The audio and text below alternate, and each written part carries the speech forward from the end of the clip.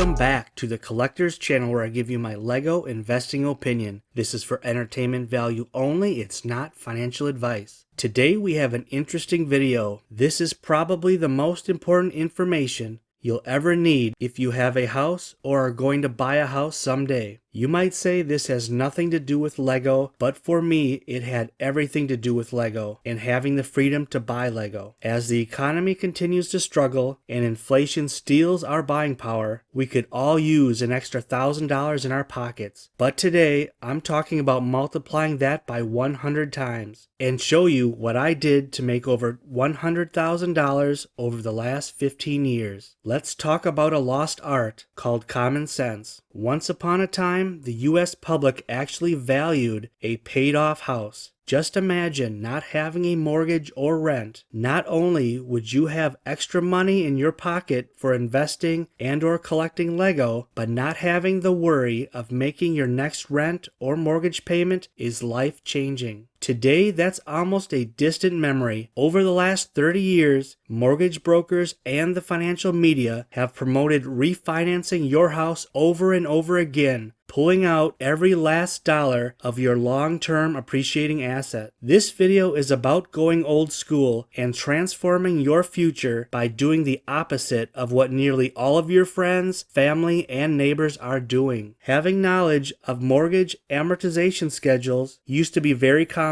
Today we are in the can I afford the monthly payment generation. I really feel sorry for the Millennials and Gen Z out there. For many, their financial future has been stolen from them. Houses are to the point of being unaffordable to a large portion of society, so every little tip that can save you tens of thousands of dollars over a period of time is essential in today's world. I'm a Gen Xer, and hopefully today's video will help the younger generations and other Gen Xers as they embark on their financial journey. Saving in some cases over $100,000 can change your financial future and help you maximize your earnings over the next 15 to 20 years. Towards the end of this video, I'll demonstrate on what you can do to save tens, if not hundreds of thousands of dollars. First, let's take a look at what I did to save over $100,000 so I could put money into things like Lego and buying high dividend yielding stocks. My wife and I purchased a new house at one of the worst times in U.S. home market history. We bought our house in September of 2007, right at the beginning of the Great Recession. We paid $275,000 for a house that was soon going into free fall. From 2007 to 2011, our house went from $275,000 to almost $215,000 in value. On paper, we had lost about $60,000. During this time, millions of Americans were walking away from their houses. We never thought for a minute to walk away, but we had to find a way to turn this situation into a positive. We had to do the opposite of what nearly everyone was doing at the time. And that's really the key to this whole idea of financial freedom.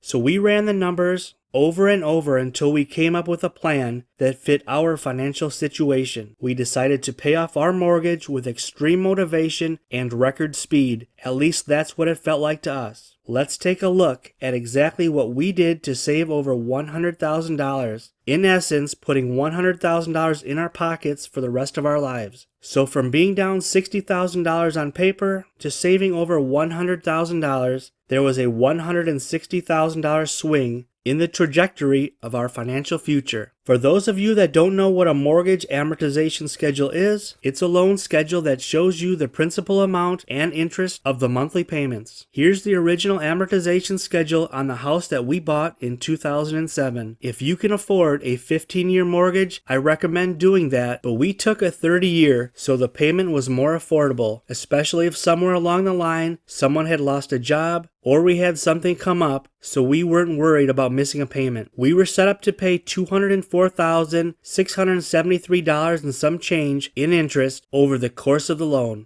As you can see, in our first year of payments, only about $270 per month actually goes towards paying off the house. while about $900 per month is interest. And that goes right back to the bank. Seeing that we were going to be paying the bank over $204,000 in interest over the course of the loan was a hard pill to swallow. We knew if we cut back, we could put down extra money into the loan. After running the numbers, the max we could pay was $600 per month. It was a sacrifice, but we went for it. We figured worst case, we just won't pay the $600 per month if things got tight. We constantly paid an extra $600 per month, and not only did we save over $115,000, but we paid off our house in 15 years. Saving 15 years of house payments was life-changing. Millennials and Gen Z have been put in a bad spot with home ownership. I know it's tough, but everyone should at least pay a little extra per month on their mortgages. And if you can't afford that giant house, you may have to start with a townhouse or a condominium. I'm not saying to run out and buy a house. Personally, I think home prices will fall a little over the next 2 years, but when the time is right, have a plan on paying it off sooner than 30 years. Think of it this way. Every penny you save in interest is money you're not giving back to the bank. Interest is really the same thing as throwing money into the garbage, in my opinion. Put that money in your pocket with either a 15-year mortgage or paying extra on a 30-year mortgage. Now let's talk about some average numbers and the situation that is going on in the U.S. right now. The average home price in the United States is approximately $430,000. To make the numbers a little easier, let's say you bought a house a little lower than the average. Here's a 30-year loan schedule if you bought a $400,000 house at the current interest rate of around 8%. As of the first quarter in 2023, the average down payment on a primary residence was 13%, so that's why I put in $52,000 for the down payment. On this image, you can see that buying the average house in the U.S. with a 30-year mortgage, you'll be paying over $571,000 in interest over the course of the loan. So when you add up the $400,000 purchase price of the house and the interest, you are actually paying over $971,000 when everything is said and done. The amount of money home buyers pay in interest is unreal. It's just staggering to think that you paid over $970,000 for a $400,000 home. The bank pockets the $570,000 plus in interest. Now just think about that.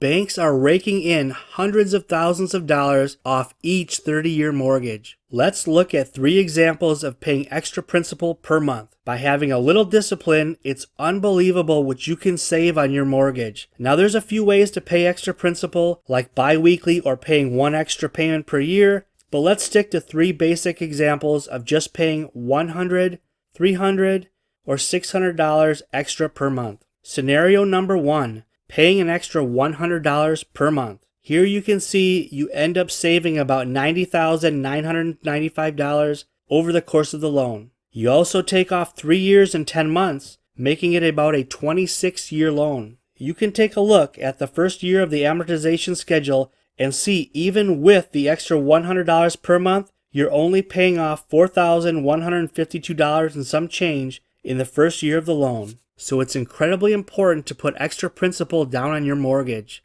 Scenario number 2, paying an extra $300 per month. By just paying $300 extra per month, you save almost $200,000 off the 30-year mortgage. That equates to saving 8 years and 10 months off of the loan, so bringing it to almost a 21-year loan. Saving over $199,000 can change the course of your life. Just think about what you could buy with an almost $200,000 of extra money in your lifetime. At the very least, it's $200,000 you didn't have to spend for the same house. Now let's take a look at scenario number 3, paying off an extra $600 per month. If you can pay $600 extra per month, you'll save over $287,000 in over 13 years on the loan. So you turn your 30-year mortgage into a 16-year and 9-month mortgage. $287,000 is life-changing money. If you had $287,000, what would you do with it? In this scenario, you'll be setting yourself up for a great stretch run going into what will most likely be your 50s and 60s. There's so many people that are renting and paying a mortgage in their 50s and 60s and even in their 70s in the United States. Be different. If you're a homeowner, get that mortgage paid off so eventually you will have a few $1,000s extra every month that most Americans will not have. The key is to be consistent. Pick a number that you truly believe that you can hit every month. Most mortgages let you set up the extra payment so it's automated every month, even if it's only $50 per month. In this example, you end up saving over $50,000 in over 2 years off the loan. Having an extra 50 grand to spend later in life on things that you want to spend it on, like vacations or even Lego, is amazing. So for just setting up an extra $50 per month in your auto payment, you can save $50,000. Now, just an FYI, make sure your loan does not have a prepayment penalty. Most mortgages do not have a prepayment penalty nowadays, but it doesn't hurt to ask the question before you get a home loan. If you still have 20 or more years left on your mortgage or plan on buying a home in your lifetime, remember that paying extra money every month on your mortgage is a great way of saving $100,000 or more. It truly is life-changing and gives you so many more options in your life later on. And once you have your house paid off, please don't fall for the banks or mortgage companies telling you to refinance, to pull money out of your home as it appreciates over the years. As I said before, I'm not pushing anyone to buy a house, especially now. In some markets around the U.S., I think homes are overvalued, but if or when you decide to buy a home, please consider the long-term benefits of paying extra on your principal every month. As a Lego collector and investor, I would not have the option of buying thousands of dollars of Lego if I still had a mortgage. Don't follow the millions of Americans that are still paying a mortgage well into their 50s, 60s, and 70s. Be different and enjoy not having thousands of dollars going to the bank every month. Get that house paid off and enjoy the financial freedom. Well, that's what I had for you today. I hope you enjoyed this video and it gave you something to think about. Please like and subscribe to the channel and leave any comments on what you think about this video. There are many more videos on the way. Thanks for watching and keep building your Lego and financial empire.